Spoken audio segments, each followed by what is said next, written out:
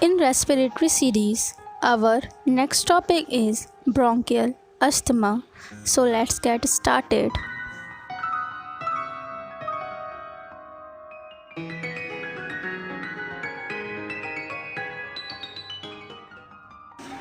Bronchial asthma is defined as a chronic inflammatory disorder of airways which is associated with airway hyperresponsiveness.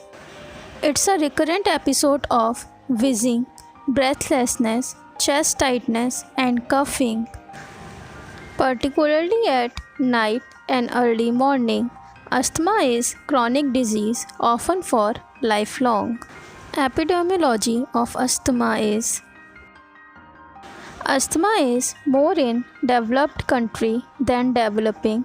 It is more prevalent in urban than rural. Children are more affected than adults and it can start at any age, but majority it start before 10 years of age. In children, it is twice as common among boys than girls, whereas in adult, male and female ratio is same. Etiological factors divided into two groups, that is inducing factor and triggering factor. First, let's talk about the triggering factor of asthma. In environment, asthma is worse on cold and dry day, especially when there is strong wind. Traffic pollution can aggravate symptoms in asthmatic patients. Air pollutants such as sulfur dioxide, ozone, diesel particles can also precipitate asthmatic symptoms. In asthmatic patient, there is often a history of upper respiratory tract infection before an attack of asthma. Inhaled allergens are also the common triggering factors responsible for provoking symptoms of asthma, like house dust. Mite is the commonest allergens. Pollen, mold, animal and cockroaches are other common allergens provoking asthma. Some drugs is also responsible for asthmatic attack. Foods allergens are not so common triggers of asthma. Egg, milk and wheat are implicated in causing asthma in a few cases. Vigorous exercise, particularly on a cold and dry day, will cause symptoms in 80% of the patient with asthma. Occupational asthma affects almost 10% of the young adults. Chemicals such as isocyanate, platinum, chrome, nickel, wood dust, cotton dust are among the common cause of occupational asthma. In psychological factors, stress can also influence the asthmatic attack in some patients.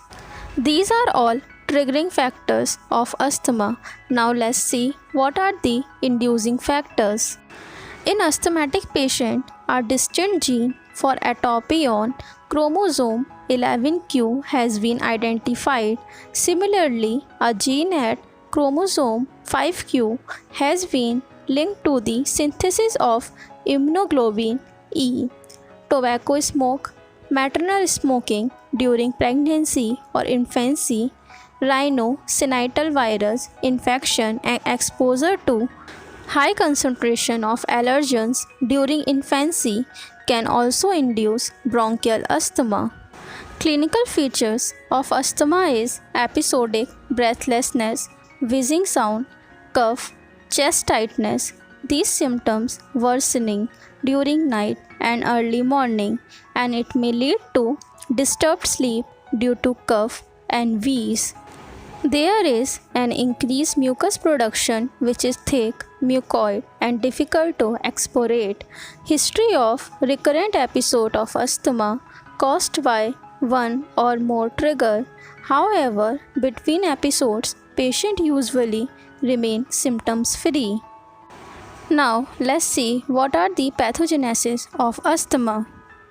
Environmental factor, which is triggering factor. Genital susceptibility, which is inducing factor of asthma. They both act on Th1 cell and Th2 cell. Ultimately, Th1 cell produce IgA and IgM and Th2 cell increase IgE, due to which there is two response generated in our body: early response and late response.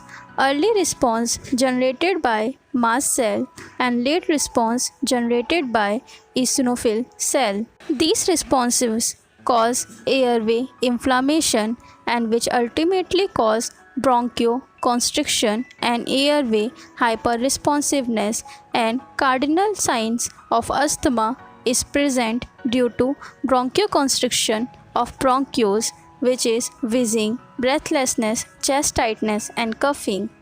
Now the question is how to diagnose the asthmatic patient. First, we have to do blood examination. In blood examination, eosinophil count is increases and IgE is also increases. Second diagnostic test is sputum test. Sputum is induced after administration of hypertonic saline with a nebulizer.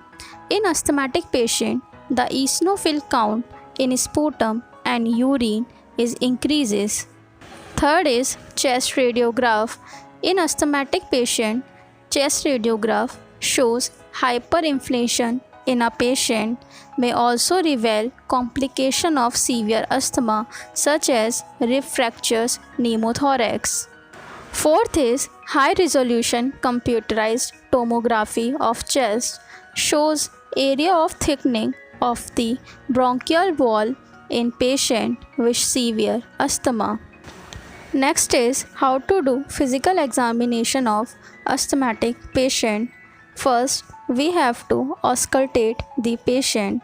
During auscultation, bronchi are heard at the most prominent sign of asthma, especially during expiration. At the time of asthma exuberation, signs such as increased respiratory rate, flaring of ali nasi, use of accessory muscles of respiration and pulsus paradoxus may be detected. In view of the diurnal variation of airflow obstruction, asthmatic symptoms and signs vary with worsening during night and improvement during day. Therefore, physical examination during day may be normal, and hence the absence of signs does not exclude the diagnosis of bronchial asthma. Now let's see how to assess the severity of asthma. There are three types of asthmatic stage. First is controlled, second is partially controlled, and third is poorly controlled. These stages depended upon these indices: daytime symptoms less than twice per week, short-acting beta antagonist inhaler used less than twice per week, without any nighttime symptoms, without limitation of activities, normal PEFR and normal FEV1 value.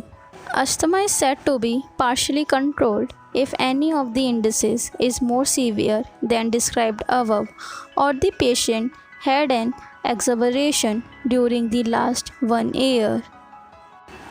Control asthma is said to be controlled if all the indices are fulfilled and patient did not have exacerbation in the last 1 year.